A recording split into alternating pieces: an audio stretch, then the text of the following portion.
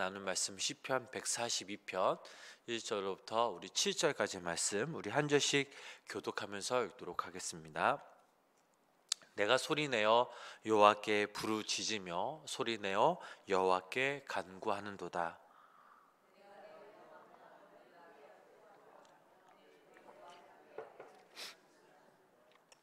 내 영이 내 속에서 상할 때에도 주께서 내 길을 아셨나이다.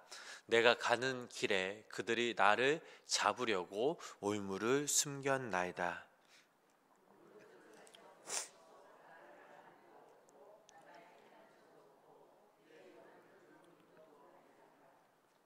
여호와여, 내가 주께 부르짖어 말하기를 주는 나의 피난처시요 살아있는 사람들의 땅에서 나의 분기시라 하였나이다.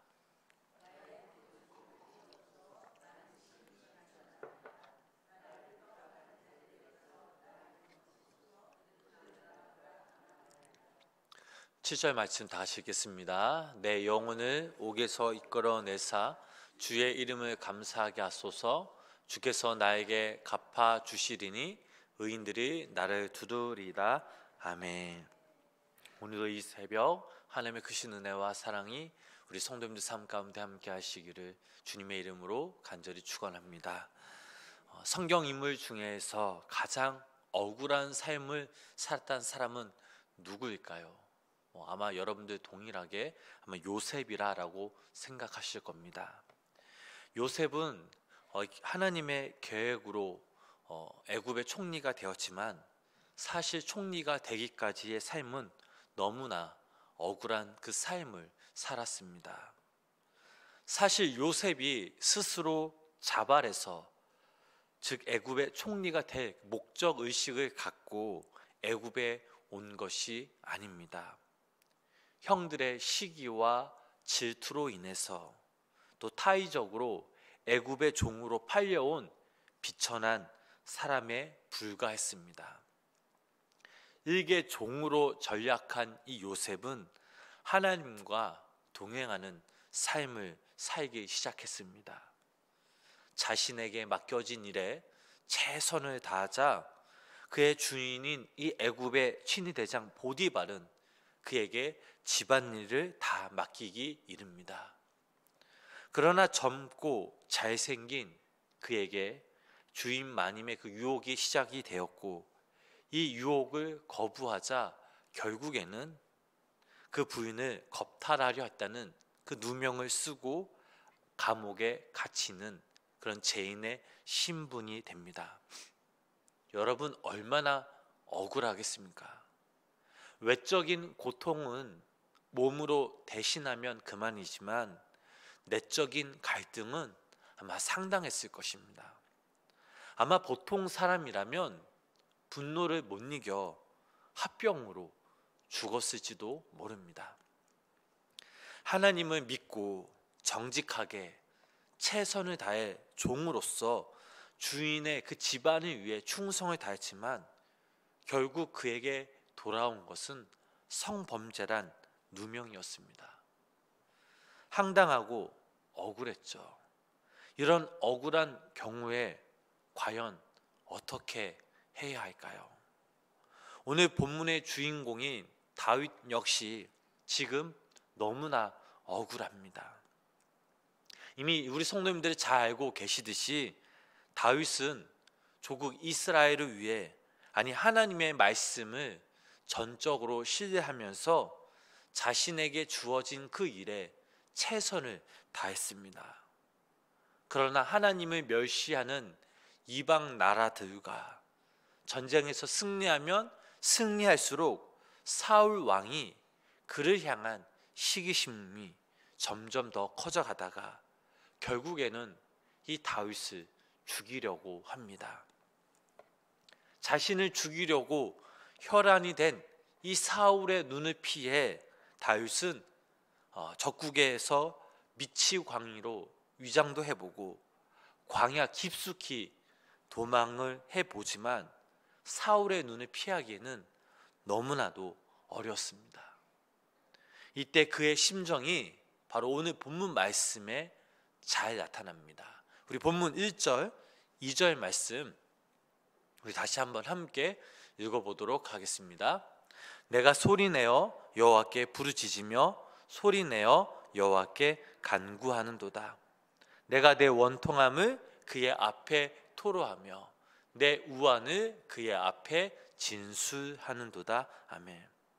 다윗은 자신의 원통함을 소리내어 하나님께 부르짖고 소리내어 하나님의 은혜를 구하고 있습니다. 하나님께서 자신의 결백과 억울함 그리고 자신이 겪고 있는 고통을 하나님께 다음과 같이 토로하죠. 자, 3절 4절 그 말씀 계속해서 읽어보도록 하겠습니다. 내 영이 내 속에서 상할 때에도 내 길을 아셨나이다. 내가 가는 길에 그들이 나를 잡으려고 올무를 숨겼나이다.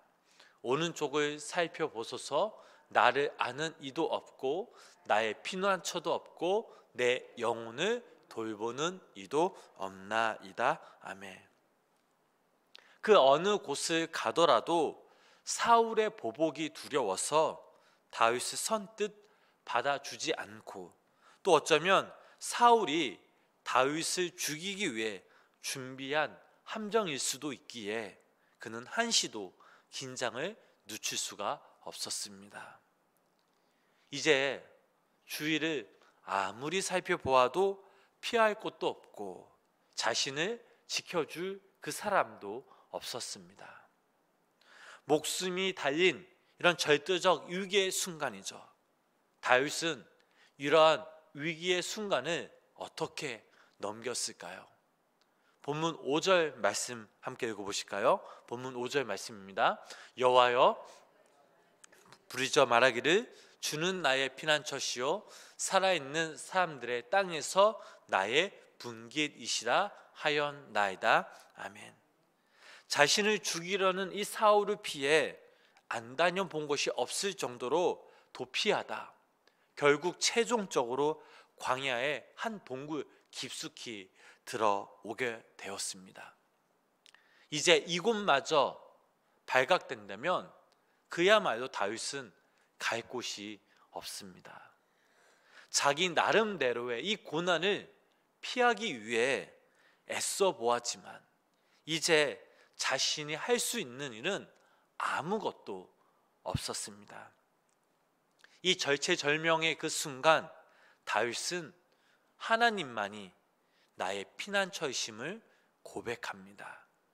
그리고 다윗은 그 하나님을 분깃이라고 고백하는데 일반적으로 분깃이란 분배받은 목, 즉 부모에게 물려받은 유산이나 또한 하나님부터 위탁받은 이스라엘의 토지를 가리키는 용어입니다.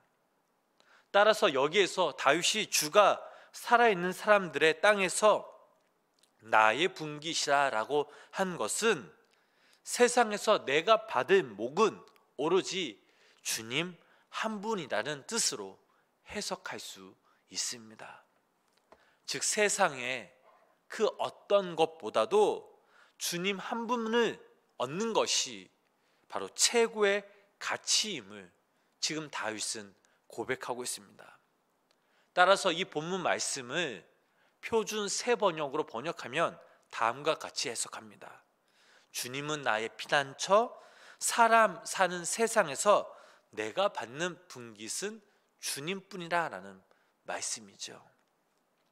사랑하는 우리 성도 여러분, 주님만이 우리의 최후의 피난처 되심을 고백하시기를 바랍니다. 세상 그 어떤 것보다도 주님 한 분을 얻는 것이 바로 생애, 우리 삶의 최고의 수확입니다. 서두에 말씀드린 요셉을 살펴볼까요? 분명 억울한 삶을 살았습니다. 종으로 전락되고 죄수로 전락되는 인생을 이 요셉은 살았습니다. 이쯤 되면 요셉은 하나님을 포기했을 법합니다. 그러나 그는 주님을 포기하지 않고 그분과 더불어 동행하는 그 삶을 추구합니다. 이러한 모습을 성경은 다음과 같이 증거하죠. 창세기 39장 후반절부터 23절 말씀을 읽어보면 이런 말씀이 있습니다.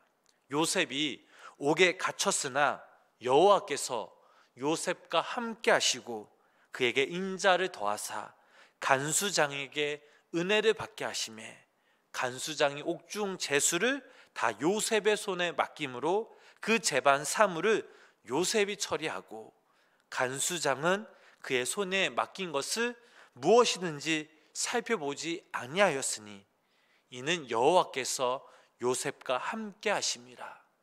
여호와께서 그를 범사에 형통하게 하셨도다라는 말씀이 기록되어 있습니다. 하나님께서는 감옥을 통해 요셉과 바로왕의 신하들과 만나게 하셨고 결과적으로 이 신하를 통해 바울 왕의 꿈을 해몽하는 그 자리에 설 수 있게 되었고 드디어 일개 제수의 신분이자 이방인인 그가 대국의 애굽의 총리가 될 수 있었습니다. 만약 그가 누명을 쓰고 죄인으로 전락했을 때 하나님을 포기했다면 그는 결코 하나님의 역사하심을 담당할 수 없었을 것입니다. 그는 자기에게 몰아치는 상황에 연연하지 않았습니다.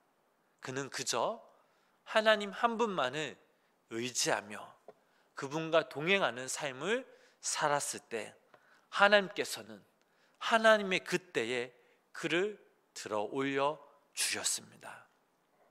오늘 본문의 다윗은 어떻습니까? 끊임없이 자신을 죽이려는 사울 왕을 피하고 피하다 결국엔 지금 광야에 이 동굴에 깊숙이 숨어 있습니다. 본문을 볼 때 그가 온 동굴에 쩌렁쩌렁 울리게 소리치며 하나님께 간구했을 것처럼 보이지만 실상은 그는 숨소리조차도 조심해야 했습니다. 왜냐하면 자신의 목숨을 노리는 이 사울이 어디에 있는지 모르는 상황이기 때문이죠. 따라서 오늘 본문 말씀은 그야말로 다윗의 가슴 깊은 곳에서 처절하게 나오는 그런 간절한 기도였던 것이죠. 그러나 가슴 속에 하나님을 향해 외치는 그의 기도는 처절하지만은 않았습니다. 오히려 하나님을 향한 절대적 신뢰로 가득하죠. 이 위기의 순간에 다윗은 이 상황에 좌절하는 것이 아니라 나를 건져 주실 분은 오로지 주님 한 분임을 믿고 감사하며 더욱더 주님만을 의지합니다. 그 말씀이 오늘 저희들이 읽었던 본문 7절 말씀이죠. 우리 본문 7절 말씀 함께 읽어보실까요? 7절 말씀 함께 읽어보겠습니다. 내 영혼을 옥에서 이끌어내서 주의 이름을 감사하게 하소서. 주께서 나에게 갚아 주시리니 의인들이 나를 두르리라. 아멘. 사랑하는 우리 성도 여러분, 살아가다 보면 억울한 일을 경험하게 되죠. 원치 않아서 이 억울한 일을 경험해서 속상할 때가 분명 있습니다. 때론 하나님을 믿는 신앙인이기에 더욱 핍박을 받거나 오히려 더 불이익을 받기도 합니다. 그래서 더 억울하고 더 원통할 때도 분명 있죠. 그러나 이 안에도 분명 우리를 향하신 하나님의 뜻이 분명 있음을 믿으시기를 바랍니다. 비록 지금 우리가 하나님의 뜻을 알 수 없고 하나님의 그 마음을 헤아릴 수 없을지라도 우리는 요셉과 또 다윗의 분기되신 하나님이 바로 우리가 믿는 하나님이기에 오히려 감사하며 그 하나님을 나의 분깃으로 고백하며 살아가실 때 그 하나님은 우리 성도님들 그 억울한 상황 속에서 결국은 선하게 되어 주실 것임을 믿으시기를 바랍니다. 그리하여 오늘 하루 살아가실 때에도, 또한 우리가 살아가면서 억울한 그 상황을 만날 때에도 그 하나님이 나의 피난처 되심을 고백하시면서 그 하나님을 나의 분깃으로 삼아 하나님의 도우심을 받으며 믿음으로 살아가시는 귀한 성도님들의 삶이 되시길 주님의 이름으로 간절히 축원합니다. 기도하겠습니다. 하나님 아버지, 하나님의 자녀로 살아가기에 어떤 경우에는 억울한 일도 생기고 또 하나님을 믿는 것을 포기하고 세상 순리대로 살아가고 싶을 때도 분명 있었습니다.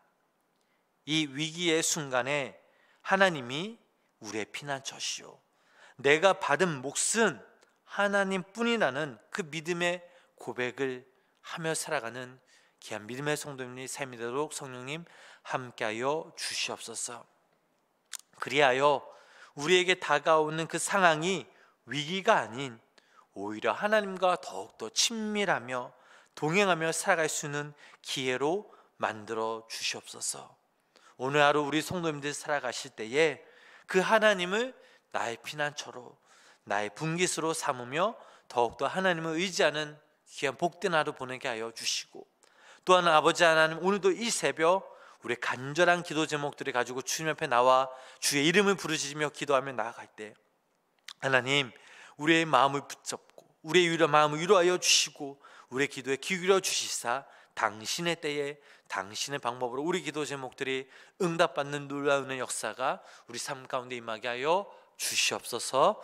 예수님의 이름으로 간절히 기도드렸습니다. 아멘.